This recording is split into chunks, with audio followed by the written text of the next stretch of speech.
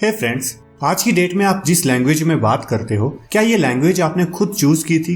नहीं ना। लेकिन बस लैंग्वेज ही नहीं है जो सोसाइटी हम पे इम्पोज करती है। सोसाइटी यहाँ तक डिसाइड करने की कोशिश करती है कि हमारे ड्रीम्स क्या और कैसे होने चाहिए। हर एक इंसान का अपना एक इंडिविजुअल ड्रीम होता है, लेकिन एक ड्रीम सोसाइटी का भी होता है जिसे कलेक्टिव ड्रीम कहा जाता है। और हमारे पेरेंट्स, स्कूल्स, रिलीजन्स और बाकी एक्सटर्नल फोर्सेस इस कलेक्टिव ड्रीम के रूल्स को डिफाइन करती हैं। एजुकेशन के थ्रू हमें बताया जाता है कि प्रॉपर बिहेवियर क्या है, हमें किस पे विश्वास करना चाहिए, किन बातों को मानना चाहिए, कौन सुंदर है, कौन बदसूरत है, कौन कामयाब, कौन नाकामयाब है। यहाँ तक कि सही और गलत के बीच का डिफरेंस भी हमें इस कलेक्टिव ड्रीम को पूरा करने के लिए ही बताया जाता है। इमेजिन कीजिए कि कितने ही पेरेंट्स और टीचर बच्चों को डांटते हैं जब वो उनके बताए रूल्स को फॉलो नहीं करते, और दूसरी तरफ अप्रिशिएट और प्यार करते हैं जब बच्चे उन रूल्स को फॉलो करते हैं। ऐसे सिस्टम में प्रॉपरली बिहेव करने का प्राइमरी रिवॉर्ड होता है पेरेंट्स, टीचर्स और फ्रेंड्स का अटेंशन, अप्रिसिएशन और लव। नेचुरली इस तरह के रिवार्ड्स मिलना हमें अच्छा लगता है और हम लोग रिजेक्शन के डर से इन रूल्स को फॉलो करते रहते हैं और धीरे धीरे उन्हीं रूल्स में कैद हो जाते हैं जो सोसाइटी हम पे इम्पोज करती है, और रिजेक्शन के डर से इन रूल्स और एग्रीमेंट से कभी बाहर निकलने की कोशिश नहीं करते।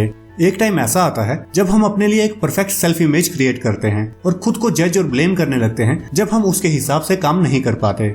लेकिन इन रूल्स को हमने कभी भी अपने लिए क्रिएट नहीं किया, और कभी कभी यही रूल्स हमारे अंदर की नेगेटिविटी और खुद को एक दायरे में सीमित रखने का कारण होते हैं। इन्हीं की वजह से हम अपने ट्रू पोटेंशियल को हासिल नहीं कर पाते। डॉन मिगेल रुइस और जेनेट मिल्स की बुक द 4 एग्रीमेंट्स हमें सिखाती है कि हमारी लाइफ के जो नेगेटिव पैटर्न्स हैं उनसे कैसे छुटकारा पाएं और कैसे खुद के रियल पोटेंशियल को अनलॉक करें। ऐसा करने के लिए हमें खुद से 4 एग्रीमेंट्स करने होंगे। ये बुक 8 साल तक न्यूयॉर्क टाइम्स की बेस्ट सेलर रह चुकी है और करोड़ों लोगों की जिंदगी बदल चुकी है। तो चलिए इसके की लेसन्स को डिस्कस करते हैं। फर्स्ट एग्रीमेंट है be impeccable with your words. मतलब कि आप कभी भी अपने वर्ड्स का खुद के खिलाफ या फिर दूसरों के खिलाफ इस्तेमाल ना करें। एक स्टोरी सुनिए। एक स्मार्ट और गुड नेचर वुमन की एक बेटी थी जिसे वो बहुत प्यार करती थी। एक दिन जॉब के बाद वो थोड़ी अपसेट थी, थकी हुई थी और बस आराम करना चाहती थी। लेकिन उनकी बेटी उस दिन बहुत खुश थी और गाने गा रही थी। फ्रस्ट्रेशन में एक मोमेंट के लिए उस वुमन ने अपना आपा खो दिया और उन्होंने चिल्ला के अपनी बेटी को कहा कि तुम्हारी कितनी गंदी आवाज है, मुंह बंद करो। ये छोटी सी बात उस छोटी सी बच्ची के दिमाग में घर कर गई और वो ये मानने लगी कि सही में उसकी आवाज बहुत गंदी है। और उसके बाद ना तो उसने कभी गाना गाया और धीरे धीरे उसे लोगों से बात करने में भी प्रॉब्लम होने लगी। ये एग्जाम्पल शो करती है कि वर्ड्स कितने पावरफुल होते हैं और वो कैसे हमें अपना गुलाम बना सकते हैं। अब याद कीजिए कि कितनी बार आपने खुद से ये कहा है कि आप कोई काम नहीं कर सकते, या फिर ये सोचा होगा कि आप कितने स्टूपिड हो या फिर कितने फैट हो। बस यही वर्ड्स खुद के मन में खुद को कहने से आप अपने वर्ड्स को खुद ही के अगेंस्ट यूज करते हो, एक जजमेंट पास करते हो और फिर उसे सच मान लेते हो। ऐसा करने के बजाय आप खुद को पॉजिटिव बातें बोलें, जैसे कि आप कितने ग्रेट हैं, कि आपके सिवा ये काम कोई और नहीं कर सकता, आप कितने अच्छे हैं। क्योंकि वर्ड्स ना सिर्फ दूसरे लोगों तक अपनी बात पहुंचाने का एक जरिया है, यही वर्ड्स आपकी सोच भी बदल सकते हैं। जैसे आपने एग्जाम्पल में देखा कि कुछ वर्ड्स कैसे आपके माइंड में आइडियाज क्रिएट कर सकते हैं, आपकी रियलिटी को बदल सकते हैं और दूसरों का ओपिनियन भी बदल सकते हैं। इसलिए अपने वर्ड्स को बहुत ही केयरफुली इस्तेमाल करें और इन्हें कभी भी खुद के खिलाफ या फिर दूसरों के खिलाफ इस्तेमाल ना करें। नेक्स्ट एग्रीमेंट है कि आप कुछ भी पर्सनली ना लें। अक्सर हम देखते हैं कि कुछ लोग किसी बात को पर्सनली ले लेते हैं, जबकि हमने उस सेंस में वो बात कही भी नहीं होती। और कभी कभी हम खुद भी फालतू की बातों को पर्सनली ले लेते हैं, और ये एक प्रॉब्लम है। क्योंकि जब कभी आप किसी बात को पर्सनली लेते हो तब कहीं ना कहीं आप ना चाहते हुए भी उस बात से अग्री करने लगते हो। इसी के साथ साथ चीजों को पर्सनली लेने से कुछ लोग पर्सनल इंपॉर्टेंस में कैद हो जाते हैं। पर्सनल इंपॉर्टेंस एक ऐसी सिचुएशन है जहाँ हम ये बिलीव करने लगते हैं कि हर एक बात हम ही से जुड़ी है, लेकिन रियलिटी में लोग हमसे क्या कहते हैं, हमारे साथ कैसे बिहेव करते हैं, इसका हमसे कुछ लेना देना नहीं होता, बल्कि ये सब उनके खुद के इमोशंस, बिलीव्स और ओपिनियन से जुड़ा होता है। जैसे कि जब कोई खुश होगा तो वो आपको बताएगा कि आप कितने अच्छे इंसान हैं, और वही इंसान जब अपसेट होगा या फिर गुस्से में होगा तो आपको बताएगा कि आप कितने बुरे इंसान हैं। इस इशू को डील करने के लिए ये जरूरी है कि आपको पता हो कि आप कौन हैं।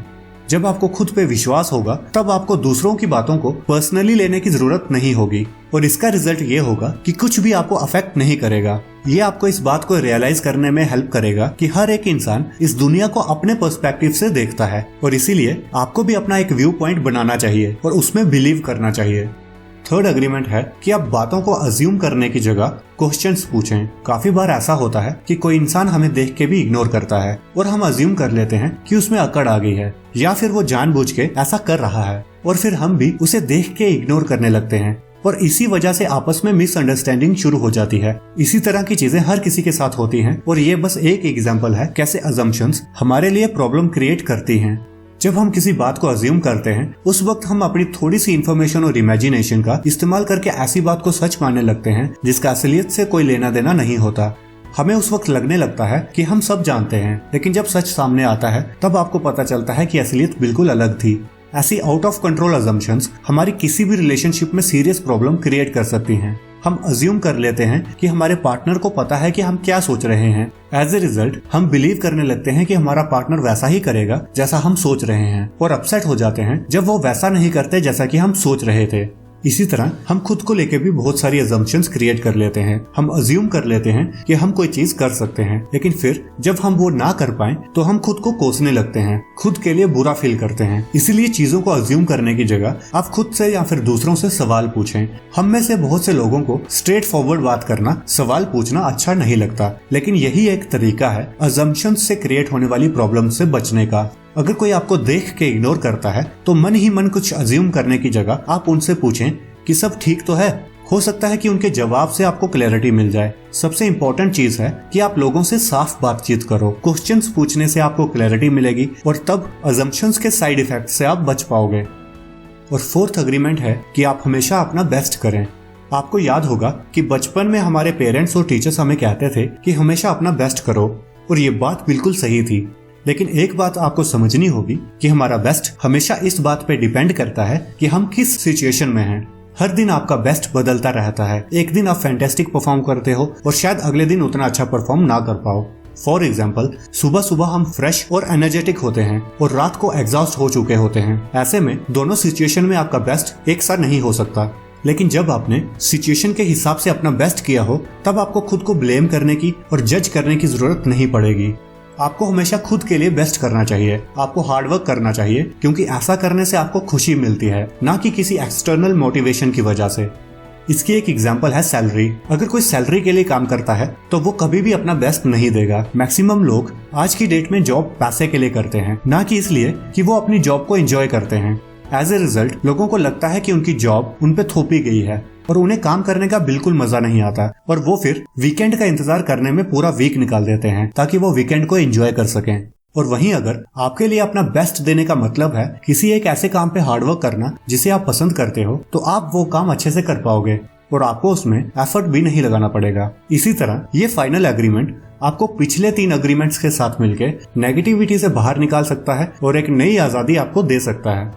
लेकिन हमारे बहुत सारे पुराने बिलीफ्स और एग्रीमेंट्स भी हैं जिनकी वजह से हम आज तक सफर कर रहे हैं। उनसे छुटकारा पाने के 2 तरीके हैं। पहला तरीका है कि आप खुद को और दूसरे लोगों को माफ करना सीखिए जो आपको हर्ट करते हैं।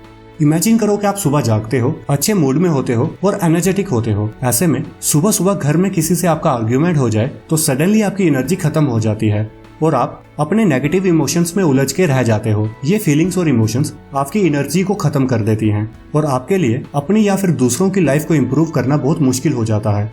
इसीलिए जितना हो सके आप लोगों को माफ करना सीखिए ताकि दूसरों के एक्शंस और बिहेवियर्स आपकी लाइफ में किसी तरह का इफेक्ट ना करें। और दूसरा तरीका है कि आप ऐसे जिए जैसे कि हर दिन आपका आखिरी हो। ऐसा करने से ना तो आपका पास्ट आपको परेशान करेगा और ना ही फ्यूचर की चिंता आपको होगी। और आप कैसे जीना चाहते हो इसका क्लियर विजन आपको मिलेगा। क्या आप अपना आखिरी दिन भी ये सोचते हुए बिताना चाहते हो कि दूसरे लोग आपके बारे में क्या सोचते हैं या फिर आपके बारे में क्या बात कर रहे हैं? तो दोस्तों आज की वीडियो में बस इतना ही। आई होप ये वीडियो आपको पसंद आई होगी। आपको वीडियो कैसी लगी ये हमें कमेंट्स में बताएं। वीडियो को लाइक और शेयर करना मत भूलना, और अगर अभी तक हमारे चैनल को सब्सक्राइब नहीं किया है तो सब्सक्राइब करना। हम इसी तरह के वीडियोस आपके लिए लाते रहेंगे। मिलते हैं नेक्स्ट वीडियो के साथ, तब तक के लिए टेक केयर।